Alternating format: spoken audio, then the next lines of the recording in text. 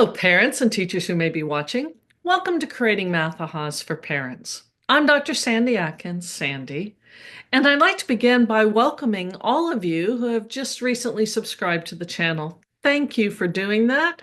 And those of you who have already subscribed, thank you. If you haven't, I hope you'll consider subscribing. It's free, so if you subscribe to the channel, also consider clicking on that notifications bell so that you'll know when other videos become available. Right now, I try to post new videos every 2 weeks on Tuesday afternoons here in Eastern Standard Time in the US. So again, please consider subscribing. That would be great.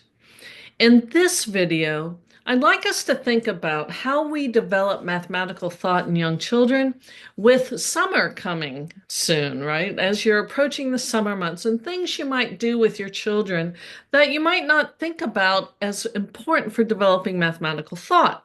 Now, in other videos, we've talked about 5 strands of math proficiency. Please check those out. I will leave a link in the description below so you can link to that video and learn more about those 5 strands. There's also the importance of mathematical practices, how your children should be engaging in mathematics. And that will be an upcoming video. I'll do one to give you more information on that. Look for that near the end of August as our new school years are starting. But mathematical reasoning, very important to being successful in math, and developing ways of thinking mathematically, very important. Now, we've talked about this before, but I want you to think again about the importance of play.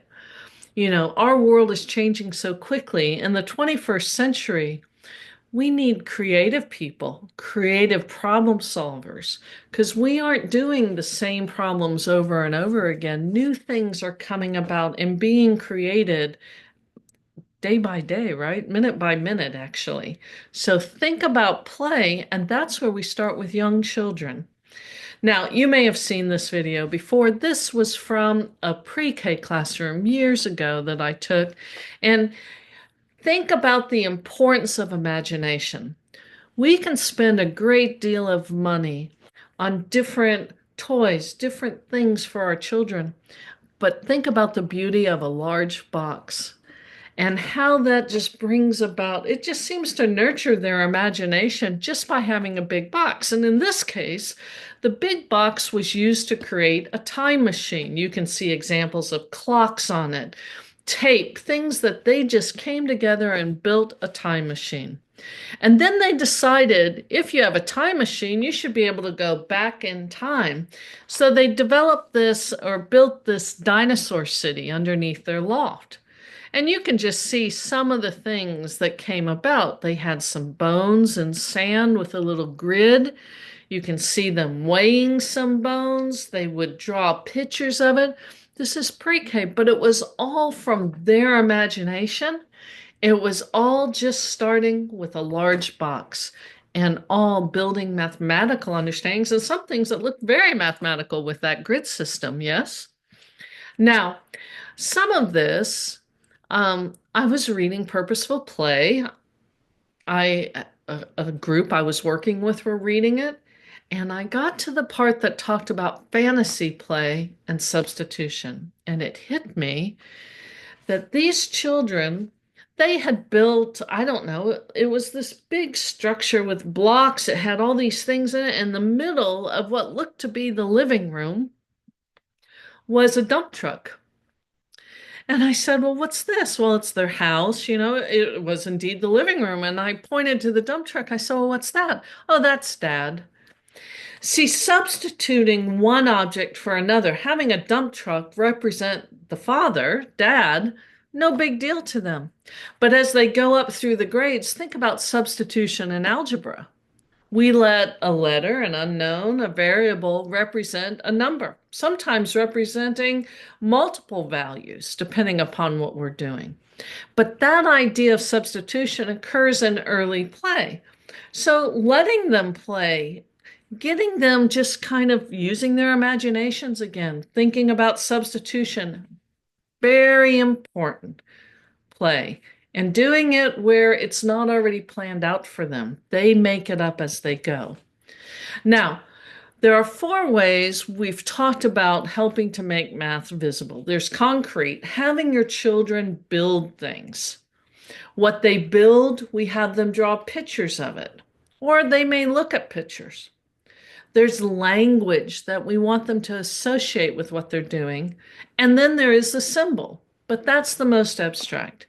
And we want to try to help your children progress through those pieces, those four ways in that order. Build something, draw the related, have the language for it, and then use the symbols almost as a shorthand for what they've been doing.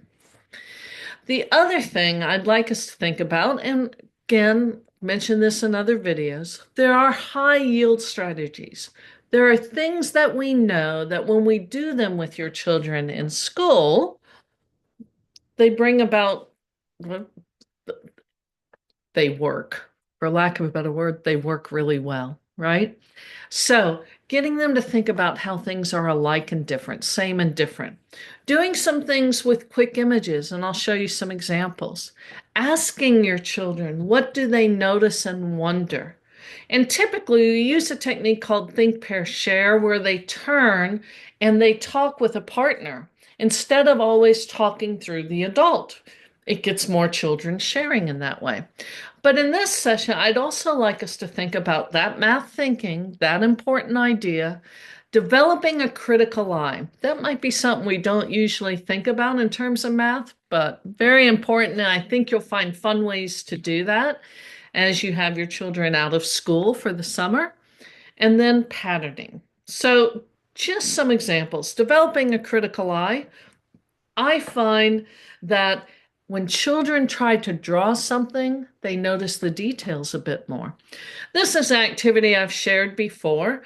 This was a kindergarten activity. They were to use that sheet that you see to build a city where it had three different buildings, different sizes, different looks, and were surrounded by a pattern block, pattern fence. Okay, so in one case, this is what the children built. Okay, you can see three different structures. So we were looking at same and different. They can build things. And then that pattern block fence. Now, we could leave it there because they did the task, but just by having them draw what they built, and anything that they're doing, draw what you built, they start to look at details.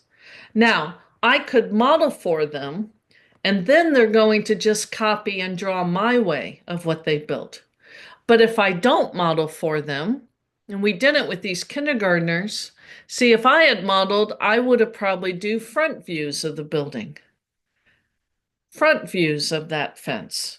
When we didn't model, we had a couple of children draw this for that first building. Do you see how they're showing how those blocks stack? They did the bird's eye view, top view. They did the same thing for the pattern block fence. So we're not trying to show them a way to draw. We're trying to get them to draw and notice detail and then learn from them how they think about it. I could ask them, could I draw it some other way? But I want to honor how they're seeing it and what details they are noticing. So, developing a critical eye. Quite often we have Legos for children, we might have blocks for children. And you notice here's a child who has built a structure and then is drawing the picture of it, noticing the detail. What we do then is we can take his paper and his drawing and set it aside, and other children can come and grab that picture and try to build the same structure he built. See, I could just leave it where we take a photograph. That's great. We get a very close look at what it actually looked like, except the child doesn't notice the details when they take a photograph. Drawing. So getting your children to draw a lot. Draw what they see, draw what they build.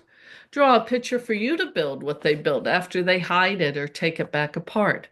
You do the same. Build a structure, draw a picture, and then let your child try to copy what you did. Okay?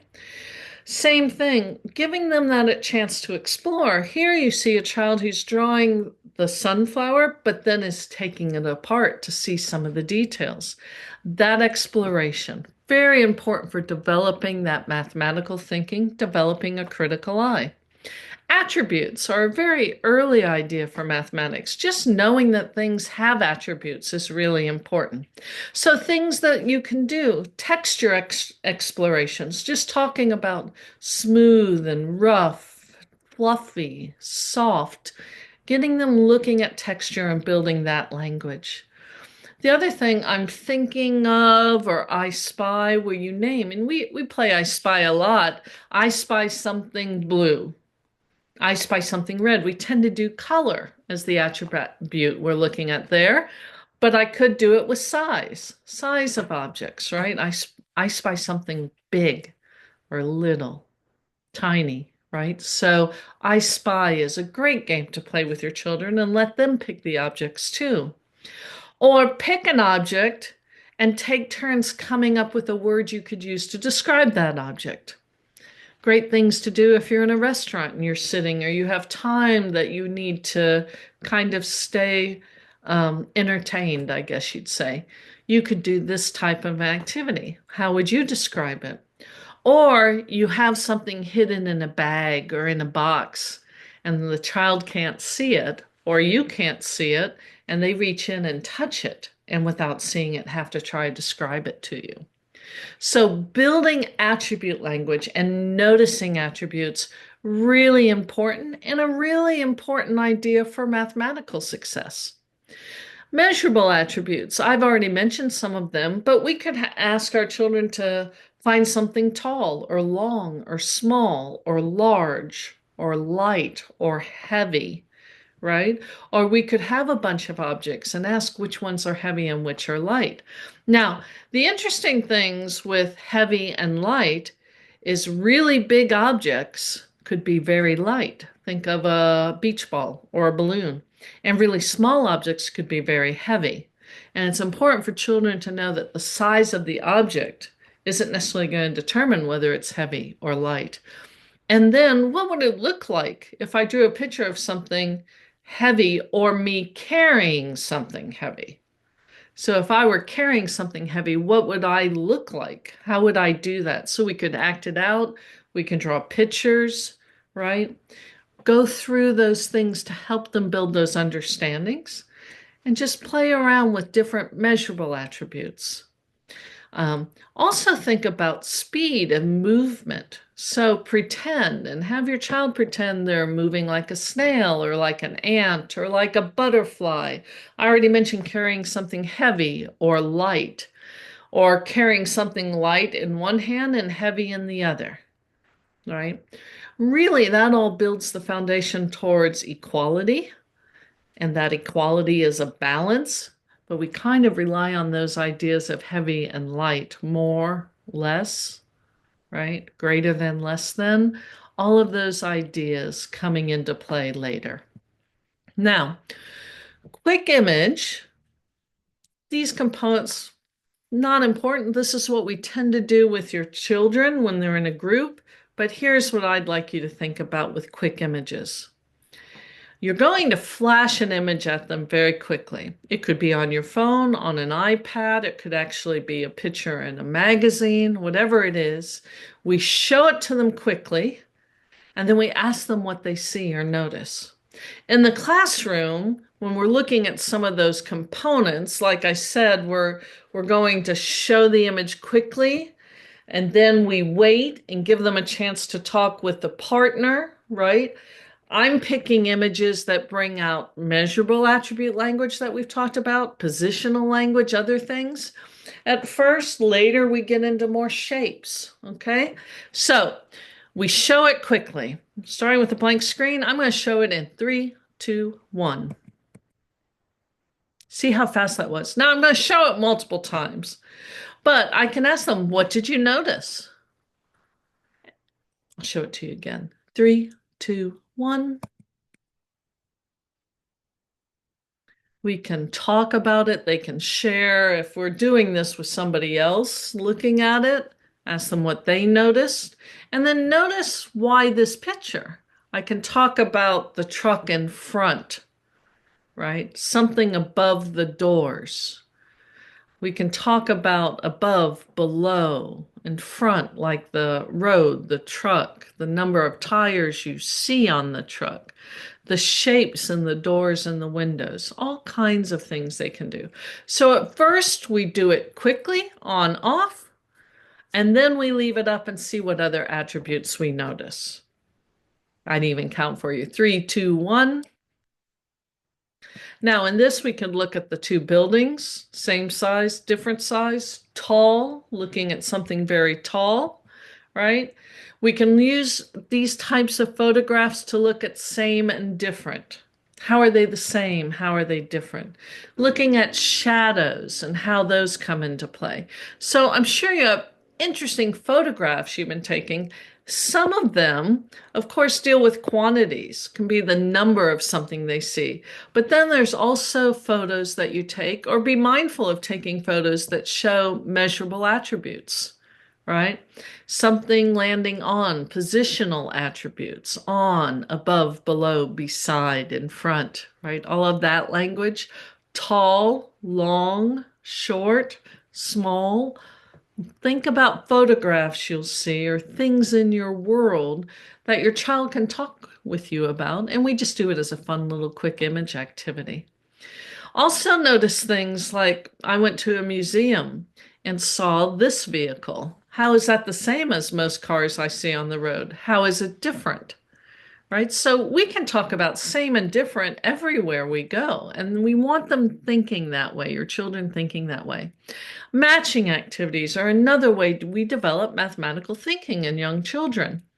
We can do follow the leader, right? Thinking of that. A basket of socks. So you have all these socks that need to be paired, something for them to do to pair the socks. We can play a memory game, where you find the matches. We can play a face up version to start. That's easier before we do a face down version. If you remember memory, turn two cards over. If they match, you keep them. If they don't match, you put them back over. I add in that when they turn them over, they must defend why they match or why they don't match when they're using it. Okay? So we want to also do matching activities that aren't identical matches. They can match nuts to bolts, all different sizes of nuts and bolts. Picture halves, where you take some of those photographs and you cut them in half, and then they have a whole mix of them and they have to put the halves together that go together. Lids and containers, silhouettes. So the idea of having a block and its shadow, what would it sit on? Okay. So we can play all types of games with that, activities. Some of the puzzles that are the early puzzles have that on the board. They have the outlines of the shapes, really like a silhouette idea. And then, as I said, same and different, different and same. So we can start out with identical things and all the ways they're the same. And then we can get a little bit more complicated. How are they different? And then how are they the same? So how are these two different? And then how are they the same? See, talking about how things that are different are also the same is what becomes more and more challenging. And then it's important for math because I could show your child 5 dots and the numeral 5. They don't look anything alike, but I need them to understand how they're the same. So we build that understanding through some of these activities, right? So how are they different? How are they the same? And just find fun photographs of different things that you've got, different and the same. Sorting is another idea that helps build mathematical thinking. They can sort all kinds of things. Their toys, cutlery, putting the silverware away from the dishwasher, their blocks, coins, lots of different possibilities. So think about the sorting that they can do. And then there's patterning. And for young children, we want to think beyond just shape patterns or color patterns. We want movement patterns. So there are those songs, head and shoulders, knees and toes, right? That you keep repeating. Dance movements that they can do, where there's dance steps that repeat. So movement patterns are important. Sound patterns are important, whether they're drumming a beat, they're moving their body, clapping and stomping, doing simple patterns with that. And just you can start a pattern and have them repeat it for you. Or they start a pattern and you do that pattern together and keep repeating it. Okay? And then finally, comparisons.